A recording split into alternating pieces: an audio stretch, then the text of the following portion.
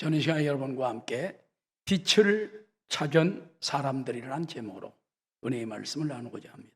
오늘은 우리나라 대한민국 해방 76년째, 다시 말하면 대한민국 광복 76주년 기념일이라는 엄청난 은혜와 축복의 날입니다.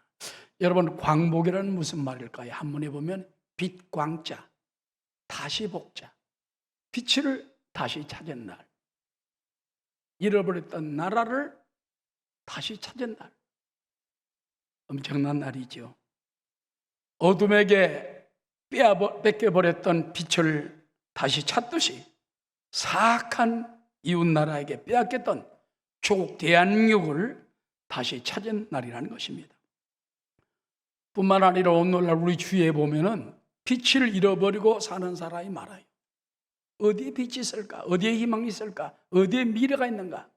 철학적으로, 학문적으로, 도덕적으로, 세상적으로 찾아보고 못 찾는 사람이 많습니다. 그러나 하나님의 은혜로 마음의 계시가 다가와서 예수님을 영접하고 빛을 찾고 날마다 항상 기뻐하며 쉬지 말고 기도하며 범사에 감사하며 살아가는 성도들도 있다는 것입니다. 할렐루야. 빛을 찾은 여러분, 하나님께 감사와 영광을 돌리게 되시기를 주 이름으로 축원합니다.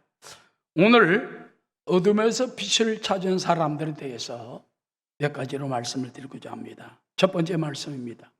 8.15 광복절은 우리 민족이 빛을 찾은 날입니다. 아까 말한 것처럼. 여러분, 근데 이거 압니까? 무엇인가 잃어버린 사람이 찾으려면요, 사모하고 몸부림치고 투쟁을 하면 찾아집니다. 자식을 잃어버렸습니다. 아버지가요, 아무것도 안 하고 40년간 온 세계를 다니면서 하다가 나중에 40년 후에 찾았어요. 굉장한 아버지죠. 아버지는 말하기를 나는 아들 찾기 전에는 밥도 마시고 물도 못 마시겠고 잠도 편히 못 자겠고 빛을 빼앗겨버린 거예요.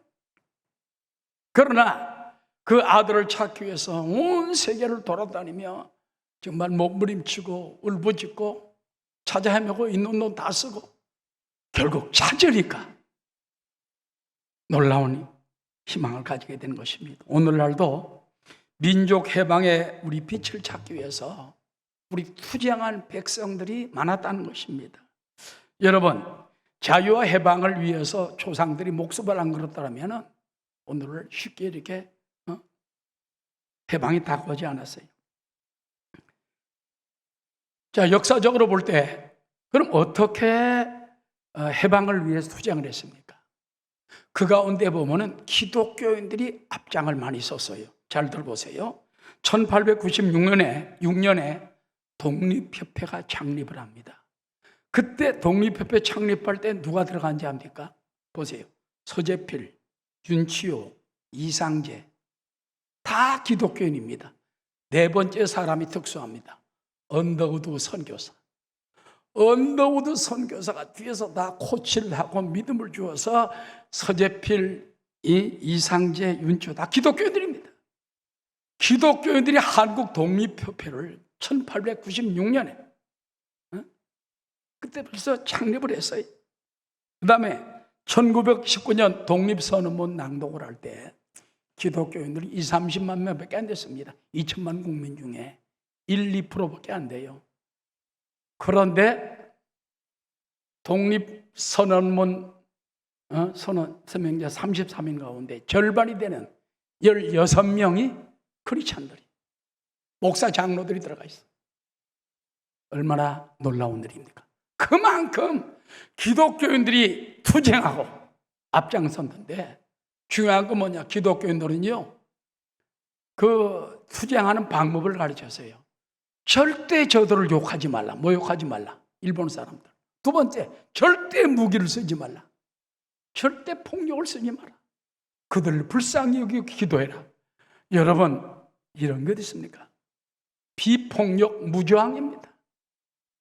인도의 간디도 유명하지만 우리 3.1운동 때 일어났던 기독교인들의 그 사상은요, 정말 굉장한 거였어요. 그다음에 사브리 운동 때 류관순 열사 등 기독교인들이 대거 앞장을 서고 여학생들도 보면 기독교 애들이 앞장을 쓴 거예요. 조금 머리에 먹물이 들어갔죠. 고등학교 같은.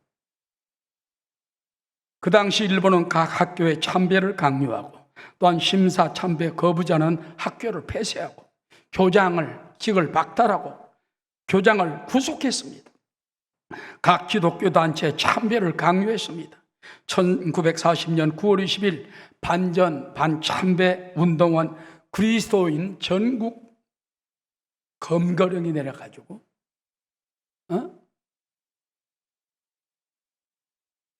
친일본 되지 않은 사람들은 다 검거해라. 수많은 그리스도인들이 감옥에 끌려가게 됩니다. 1943년 9월 교회 내 주일 오후 예배 및 밤 예배 수요 기도회 폐쇄령을 내려가지고 지금 폐쇄령 내는 건 아무것도 아니에요. 그 당시 완전히 교회를 못 나가게 막아버렸습니다. 그래서 밖에 교회 대문에다 그냥 나무를 박아가지고 꽝꽝 쳐서 못 박아버리고 말는 것입니다. 그들의 만행은 조선 민족을 말살할 지경까지 이르렀습니다. 그러나 중요한 것이 있습니다. 대한민국은요 절대 포기하지 않았어요. 절대 포기하지 않았어요.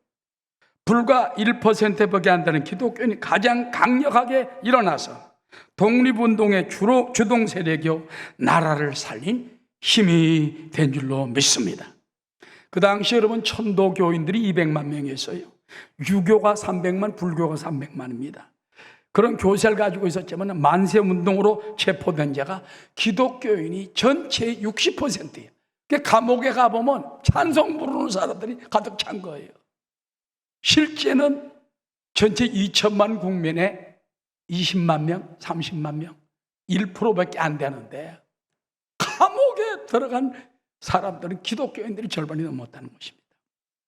그래서 1920년대 일제 비밀 문건 속에 이런 말이 있었습니다.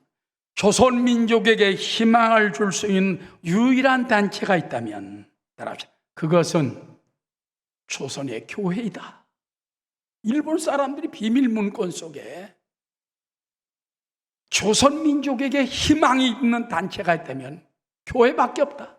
교회밖에 없다. 나머지는 다 잘 들어보세요.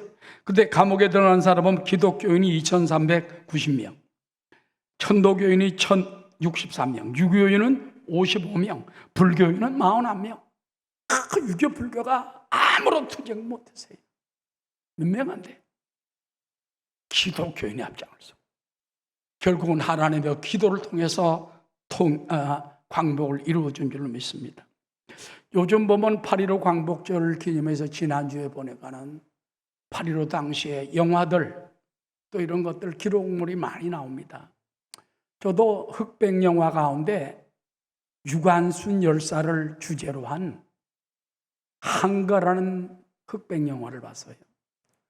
거기 보면 유관순 여사가 17살 때 세대문 형무소에 들어가요. 1년 동안 지난 후에 그 생활을 숨겨진 이야기를 갖다가 그 영화로 보여주는 거예요. 정말 눈물 나고 가슴이 터질 지경이었습니다. 유관순 여사는 선교사의 추천으로 충남에 살다가 충남 평창에 천안이죠. 살다가 서울 이화여중 들어갑니다. 이화여중 졸업하고 이화여고로 올라갑니다. 이화여고 때 1919년 3월 1일 독립만세운동이 파고다공원을 중심으로 일어나죠. 그때 여학생이 그 몇 명의 애들과 함께 나가 참여했다가 그 다음에 고향으로 돌아와요. 태극기를 만들어가지고 3,000명의 사람들에게 지워주고 한 달 후인 1919년 4월 1일 날 그 천안, 병천, 아운의 장터에서 독립운동을 일으킵니다. 이것이 서울 이남 호서지방에서 가장 많은 사람이 모여서 독립만세운동을 한 기록으로 남아있어요.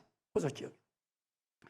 그 앞장을 서고 유관순의 엄마 아빠도 같이 앞장을 섰어요. 그래서 이 소문을 퍼지니까 막 전국적으로 운동이 일어나게 되죠. 그때 여러분 그 아버지가 총에 맞아 죽고 어머니가 창검에 깔려 죽고 그때 19명이 바로 사망을 했습니다. 수많은 사람이 감옥에 들어갔습니다. 그때부터 이 유관순 여사도 17살의 소녀로 감옥에 들어가요. 그래서 1년 몇 개월 동안 이제 거기 있다 공주 감옥에 있다가 그 다음에 서대문 감옥에 들어갔는데, 자, 한거라는 영화를 보면은요, 그 서대문 감옥에 딱 들어갈 때부터 나오는 거예요.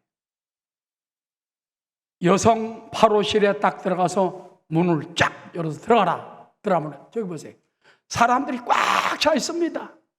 사람이 5명, 6명밖에 못 들어갈 감옥에 40-50명의 여학생들과 꼬백히 빼고 있잖아요. 그래서 연필 꽂은 것처럼 전부 이렇게 서 있습니다. 잘 수도 없어요. 그래서 가만히 서 있으면 다리가 부어서 쓰러지니까 전부 걸어라. 계속 걷는 거예요. 걸으면서 어떤 때는 아리랑 아리랑 노래도 부르고 애국가도 부르고. 그러니까는 야 너희들 개구리냐 하고서 그러니까 우린 개구리다. 개골. 그러다가 유관순 여사가 또 끌려내어가지고 이제 고통을 당하는데 1년 후인 또 1920년, 1919년에 3.1운동이 일어났죠. 딱 3.1 때 또 감옥에서 또 만세 운동을 또 벌였어요. 이것이 외부로 퍼져나가서. 이것 때문에 여러분, 그 유관순 여사는, 그 열사는 수없는 고난을 당합니다. 매는 말도 못하고 구두발로 차가지고 여성 기능을 완전히 상실해버리고 피를 쏟아서 상실해버리도록 하고, 그 다음에 뭐 거꾸로 매달기도 하고, 벽장이라고 해서 나무에 꼼짝 못하게 매놔가지고 말라 죽을 정도가 되기도 하고, 그뿐만 아니라 이 손톱을 갖다가요 막 여기 대나무 침으로 찔러넣게 되고, 얼마나 기가 막힙니까? 그뿐만 아닙니다. 아주 사악한 거기 있는 그 일본 외경이 손톱을 갖다 찌개로 막 다 뽑아버려. 결국은 그해 1920년 9월 28일, 역사에 보면 9월 28일 또는 10월 15일 두 날짜로 되어 있습니다. 그때 순국한 걸로 되어 있습니다. 근데 놀라운 것은요, 이제 유관순 기념사업회를 최근에 와서 세웠어요. 그 고향에다가 1989년에 기념사업 아주 공원을 만들었습니다. 거기 가보면 놀라운 기록들이 있다는 것입니다. 뭐냐? 유관순 열사는 재판정에서 재판을 할 때 재판을 거부했어요. 내가 왜 외놈들에게 재판을 받아야 되느냐? 이렇게 말했습니다. 나는 대한 사람이다. 우리나라를 위해 독립만세를 부른 것도 죄가 되느냐? 너희들은 나에게 죄를 줄 권리도 없고 나는 너희 외놈들에게 재판을 받아야 할 이유도 없다. 의자를 갖다가 팽개쳐가지고요, 그 때문에 5년형을 더 받았어요. 그 유관순 열사의 얼굴을 보면 17살, 18살에 죽었지만 여성의 얼굴이 아니에요. 대장부의 얼굴입니다. 그래서 한국의 잔다르크라고 말합니다. 그 다음에 유관순 열사는 옥중에서 자기 선생 박애덕 선생님에게 이렇게 말합니다. 잘 들어보세요. 선생님, 저는 나라를 위해 몸을 바칠 각오를 했습니다. 2천만 동포의 10분의 1, 200만만 순국할 결심을 하면 독립은 반드시 이루어질 것입니다. 여러분, 독립이 오기 전에 25년 전 얘기예요.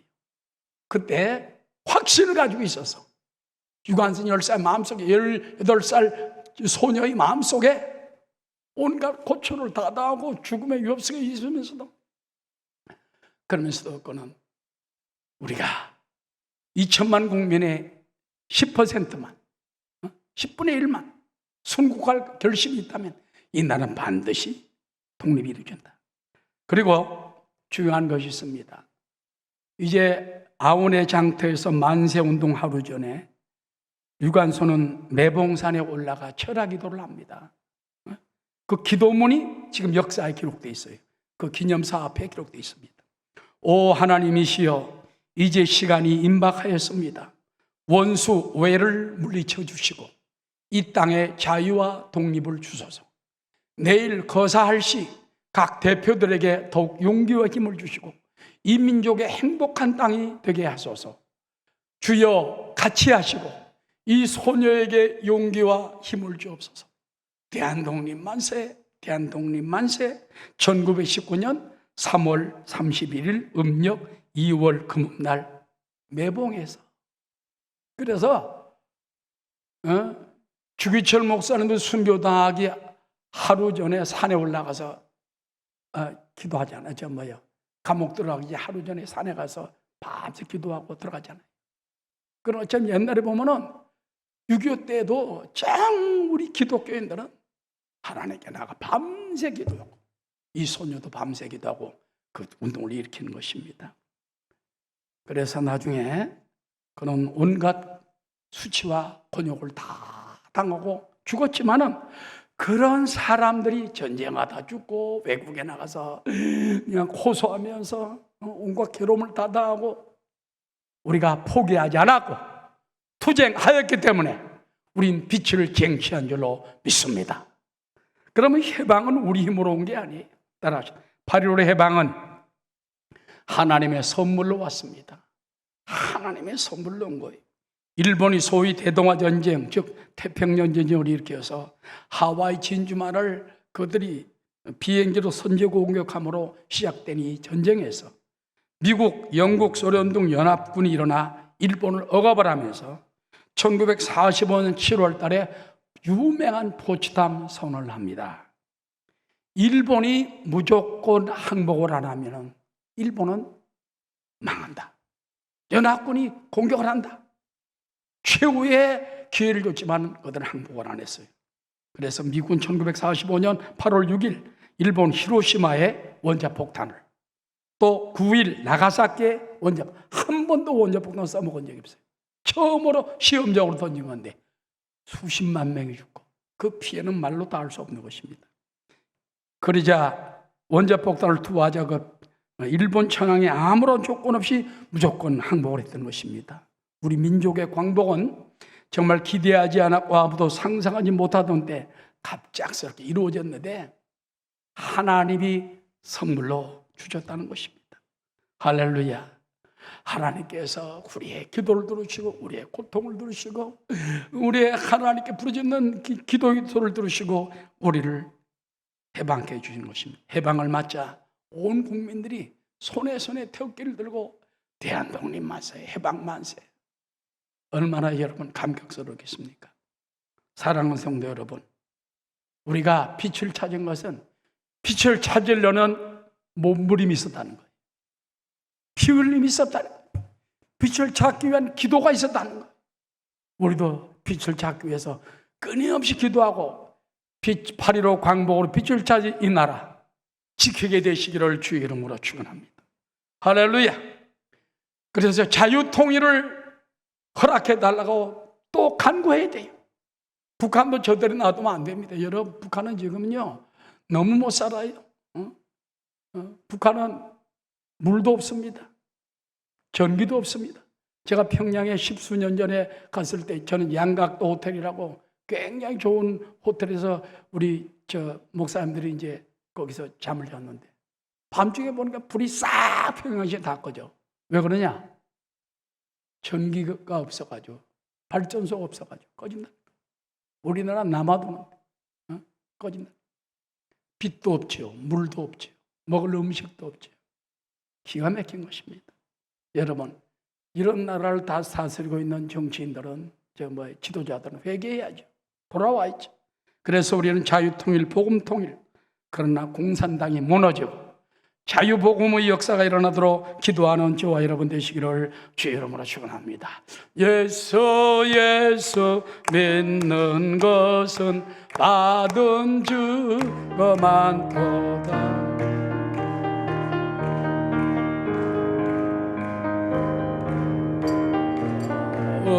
없소서. 그 다음에 두 번째입니다. 우리는 각자 인생에 참된 진리의 빛을 찾은 사람들이 있다는 것입니다. 여러분, 하나님은 천지 만물 창조하실 때 빛으로 창조했어요. 하나님은 빛이십니다. 할렐루야. 요한복음 1장 1절에 보면 태초에 말씀이 계시니라.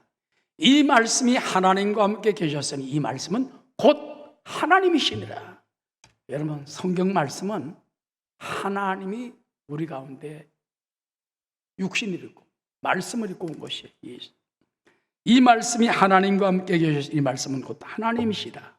그가 태초에 하나님과 함께 계셨고, 여기서 말씀은 예수님을 뜻하기도 하지만은 바로 하나님은 말씀으로 우리 가운데 역사하십니다. 요한복음 1장 3절에 보면 만물이 그로 말미암아 지은 바 되었으니 지은 것이 하나도 그가 없이 된 것이 없느니라. 그 안에 생명이 있었으니 이 생명은 사람들의 빛이라. 하나님은 빛이고요, 또 우리 인간 속에 빛으로 생명을 주는 거예요. 그래서 빛을 맞이해야 돼. 빛이 비추어지면 생명이 살아나게 되는 것입니다. 여러분, 창세기 1장에 보면 하나님 천지만물을 창조할 때 땅이 공허하고 흑암이 깊으며, 그래서 모든 것이 공허하고 허무하고 깜깜할 때 하나님의 신 성령이 수면 물가에 운행하셨습니다. 그때 천지 창조의 역사가 일어나게 된 것입니다. 창세기 1장 2절입니다. 다 함께. 땅이 혼돈하고 공허하며 흑암이 깊음 위에 있고 하나님의 영은 수면 위에 운행하시니라. 하나님이 이르시되 빛이 있어라 하시니 빛이 있었고, 이것은 빛이 나타났다는 말이에요. 이 빛은요, 해와 달과 별빛이 아니에요. 하나님의 원초적인 빛. 어떤 분은 하나님 자신이라고 말하기도 하고, 어떤 신학자는 예수님이라 말하기도 합니다. 왜? 그 빛이 나타난 후에 창조가 시작됐지만은 나중에 넷째 날에 해와 달과 별을 창조하면서 그때 우리 눈에 보이는 빛은 그때 보였지, 첫날 창조한 빛은요, 눈에 보이는 빛이 아니에요. 오늘날도 우리 인류에게 눈에 보이는 빛이 중요한 게 아니에요. 눈에 보이지 않는 하나님의 생명의 빛이 중요한 거예요. 그 생명의 빛을 우리가 깨달아야 되고 영접해야 되고 맞이할 때 놀라운 생명의 역사가 나타나게 되는 줄로 믿습니다. 하나님이 이르시되 빛이 있으라 하시니 빛이 있었고 빛이 하나님 보시기에 좋았더라. 하나님이 빛과 어두움을 나누사 하나님이 빛을 낮이라 칭하시 부르시고 어두움을 밤이라 칭하시니라 부르시니라. 저녁이 되고 아침이 되니 이는 첫째 날이니라. 첫째 날, 우리 인생도 마찬가지. 여러분, 인생을 살아갈 때 창조의 빛을 받아야 돼. 믿습니까? 원초적인 빛, 생명의 빛을 받아야 돼. 생명의 빛을 받으면 생명이 살아납니다. 어둠이 변하여 빛이 됩니다. 불안이 변하여 평안이 됩니다. 죽음이 변하여 생명이 되는 것입니다. 할렐루야. 그래서 여러분, 우리 인류들이 가장 중요한 것은 이 등불이 아니에요. 세상의 문명의 빛이 아니에요. 하나님의 빛, 생명의 빛이 먼저 우리 가운데 들어야 할 줄 믿습니다. 자, 그런데 인류가 어떻게 빛을 잃어버렸습니까? 하나님이 천지 만물을 엿새간에 완전히 창조하고 일회째는 쉬셨는데, 그 다음에 여러분, 사람을 맨 6일째 마지막 날 만들었지 않습니까? 그것도 모든 동식물들은 말씀으로 창조했지만 사람은요, 하나님이 친히 흙으로 지으셨어요.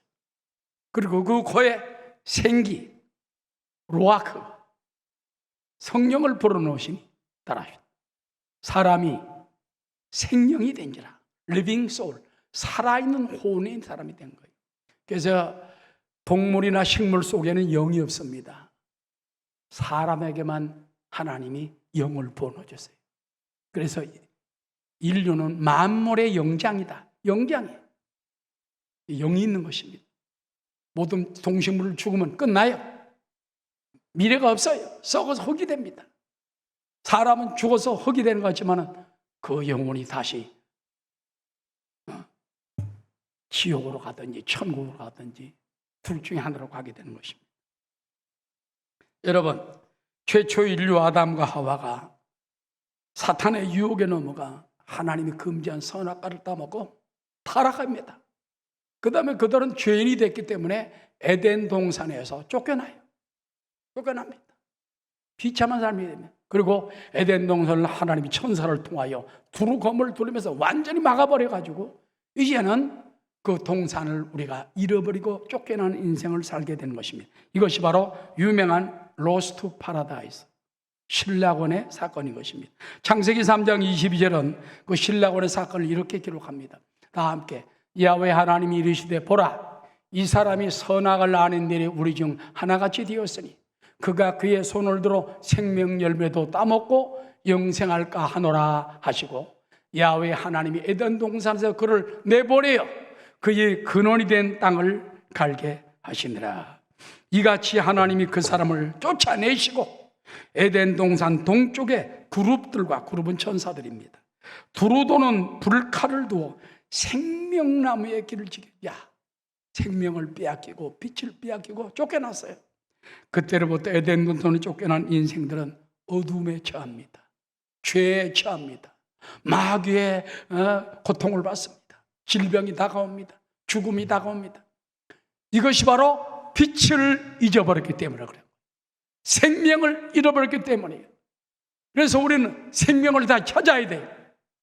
오늘날 아담 하와의 후예들은 태어나면서 DNA가 죄인으로 태어나, 이를 갖다가 원죄, 오리지널 신이라고 말하잖아요. 이거는 참아도 안 되고 애써도 안 되고 도덕으로, 소양으로, 철학으로, 종교로 안 됩니다. 살 길이 무엇입니까? 생명의 빛 대신 예수님을 영접하는 길이 있는 것입니다. 따라하시오. 참빛 대신 예수를 영접하면 빛을 찾게 됩니다. 빛을 찾으려면 예수님께 나와야 돼요. 예수님을 붙들어야 돼요. 예수님의 은혜를 깨달아야 돼요. 할렐루야. 오늘 요한복음 1장 본문 말씀은 우리 인생들에게 아주 중요한 메시지를 줍니다. 참 빛은 하나님의 독생자 예수 그리스도라는 것입니다. 하나님은 그 참빛 대신 예수님을 각 사람에게 보내줬대요. 각 사람에게. 여러 사람 한꺼번에 비치는 게 아니에요. 각 사람에게 하나님 빛을 탁. 얼마나 놀랍습니까? 왜 그럴까요? 여러분 짐승이 아니에요. 각자 하나님의 형상대로 독특하게 만들었기 때문에 하나님 직접 여러분 속에 계시를 주어서 찾아가지고 빛을 주어서 여러분을 살려주는 것입니다. 2000년 전에 하나님께서는 생명의 빛 대신 예수님을 보내주셨으나 사람들이 거절하고 그분을 십자가에 못 박혀 죽였어요. 그러나 그분을 지금도 영접할 때 기적이라는 것입니다. 자, 요한복음 1장 9절입니다. 참빛 그 세상에 와서 각 사람에게 비추는 빛이 있었나니, 예수님은 참빛, 생명의 빛, 하나님 말씀, 진리로 오셔서 각 사람에게 비추는 빛으로 왔었어요. 그가 세상에 계셨으나 쓰며 세상은 그로 말미암아 지은 바 되었어요. 다 여러분 주님 때문에 지은 바 되었어요. 말씀으로 지은 바 되었어요. 세상이 그를 알지 못하였고 그랬습니다. 그뿐만 아닙니다. 자기 백성들을 위하여 십자가에 못 박혀 죽으러 왔으나 그들을 영접하지 아니하고 오히려 주님을 배신하는 것입니다. 요한복음 1장 11절입니다. 자기 땅에 오매 자기 백성이 영접하지 아니하였으나, 자기 백성이, 하나님 형상들이 영접하지 않았어요. 그러나 중요한 말씀입니다. 영접하는 자, 곧 그 이름을 믿는 자들에게는, 할렐루야, 여기에 위대한 믿음과 선포와 비밀이 있는 것입니다. 이 세상에 주님이 왔지만, 생명의 빛이 왔지만 돌아보지 않아요.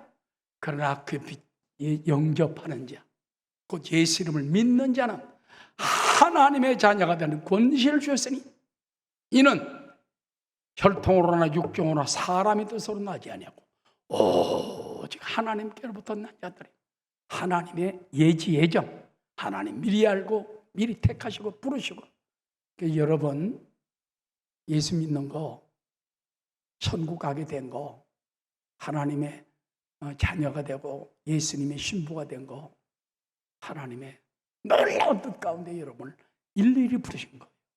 각 사람에게 비친 빛이 여러분을 비췄기 때문에 우리가 이렇게 돌아오게 된 거예요. 그래서 늘 하나님께 1대1로 감사하고 기도하고 영광 돌리게 되시기 바랍니다. 교회만 와서 예배만 드리면 끝난 게 아니에요. 늘 하나님 나와 함께 계심을 믿고, 특별히 이 코로나 시대에 교회를 때는 못 나오는 사람들이 있습니다. 거기서도 늘 하나님이 나를 빛으로 불렀기 때문에 그 빛을 나에게 더 강하게 비춰달라고 기도하는 여러분 되시기를 바랍니다. 그러기 위해서 우리는 예수님을 영접해야 됩니다. 복음을 영접하고 믿음을 영접할 때 하나님 자녀가 되는 권세가 임하게 될 줄로 믿습니다. 예수 믿는 것은 너만도다. 예수 귀한 예수 믿음 더욱 주옵소서. 마지막 세 번째입니다. 진리와 성령을 따라 사는 자는 빛을 따라 살게 됩니다. 빛을 찾는 사람들, 저와 여러분이요, 이제는 빛을 찾았어요. 그래 자칫하면 어둠에 자꾸 우리가 묻혀가려고 그래. 세상이 우리를 끌고 가려고 해. 아담과 하와를 유혹하듯이 우리를 여러 가지 육신의 정욕과 안목의 정욕과 인생의 자랑으로 유혹하려고 합니다. 우리가 안 끌려가려면 가룟 유다 끌려갔잖아요. 데마도 세상으로 끌려갔잖아요. 사도 바울의 제자인 데마도 끌려가 버리고 말았어요. 우리도 끌려가지 않도록 몸부림치고 우리가 살아야 돼. 그러려면은 투쟁해야 됩니다. 진리를 따라가야 됩니다. 성령을 따라가야 됩니다. 그래서 늘 진리 말씀을 꽉 붙잡고 성령님 오시옵소서. 나를 인도하여 주옵소서. 나를 붙들어 주옵소서. 성령님 떠나가면 나는 헛것입니다. 자, 오늘 요한복음 1장 14절에 뭐라고 말합니까? 말씀이 육신이 되어 우리 가운데 거하시매 우리가 그의 영광을, 예수님의 영광을 보니 아버지의 독생자의 영광이요. 따라하시오. 은혜와 진리가 충만하더라. 예수 안에 은혜가 있고 예수 안에 진리가 있고 예수 안에 모든 생명이 있다는 것입니다. 그러므로 빛을 찾은 사람들은 은혜와 진리로 늘 사모하며 살아가는 여러분 되시기를 주의 이름으로 축원합니다. 마지막으로 한 가지 말씀을 드리고자 합니다. 미국의 유명한 시인 앤서니 헥터라는 사람이 시가 있어요. 그게 뭐냐면 어두움과 빛. 어둠과 빛이라는 그 시가 있습니다. 그가 근세 가장 저명한 시인 중 한 사람으로 칭송을 받는 이유는 그의 시 세계가 전통적인 영시의 맥락, 영시라는 거 알죠? 영적 시라는 거예요. 그냥 시가 아니에요. 그래서 세계적인 미국 시인 중에서도 21세기 최고의 시인 중에 한 사람이에요. 그러니까 사람이 시를 짓 때 세상 만지면 안 돼. 하나님의 세계에 들어가야 돼.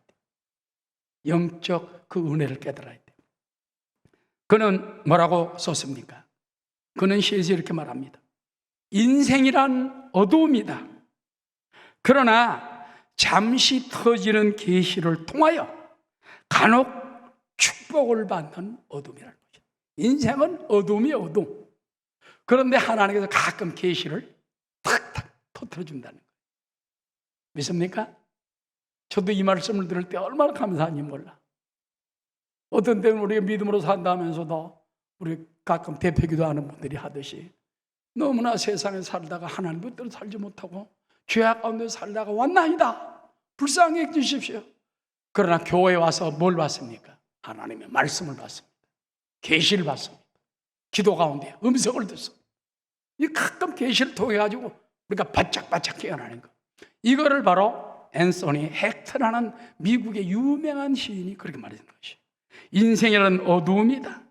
그러나 잠시 터지는 계시를 통하여 간혹 축복을 받는 어두움이라는 것이다. 여러분, 코로나 시대에 아무리 어둡다 할지라도 계시가 여러분 가정에 터집니다.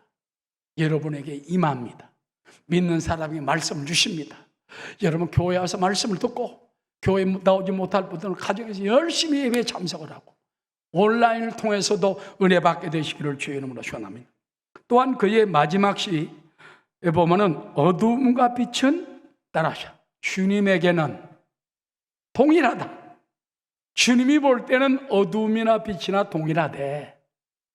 빛은 뭐 하나님 계시는 거. 어둠 하나님이 빛으로 바꾼대. 청정. 그래서 하나님은 어둠과 빛은 주님에겐 동일하다. 시편 139편 12절에 나오는 구절을 이렇게 인용합니다. 다윗은 하나님의 빛에서나 어두움에서나 감찰할 수 있기 때문에 자기 잃어버린 어두운 영혼을 찾아달라고 간구하고 있다는 것입니다. 자, 시편 139편 12절 말씀 우리 다 함께 읽고 마치겠습니다. 주에게서는 흑암이 숨기지 못하며 아무리 어둡고 절망적이고 병들고 낭망되고 버림받은 사람이라 할지라도 주에게는 흑암이 숨기지 못해요. 많이 보여요. 따라 밤이 낮과 같이 비추이나니 다윗의 시입니다. 다윗도 얼마나 어둠을 많이 겪었습니까? 하나님에게는 흑암이 숨기지 못하며 밤이 낮과 같이 환히 비추이나니 주에게는 흑암이나 빛이나 동일한 같은 미니이다. 아멘. 여러분, 어둠 가운데 우리는 안 보여요. 주님은 환히 보십니다. 우리 어두운 마음을 보십니다. 우리 어두운 가정 형편을 보십니다. 우리 잘못된 마음을 보십니다. 빛이 임하시면 됩니다. 참빛 되신 예수님이 임할 때 하나님의 생명이 나타나는 것처럼 지금도 성령이 빛이 임하고 말씀이 빛이 임하고 진리의 빛을 환하게 비추어 늘 빛을 찾는 사람들, 빛 속에 살아가는 여러분 되시기를 주의 이름으로 축원합니다.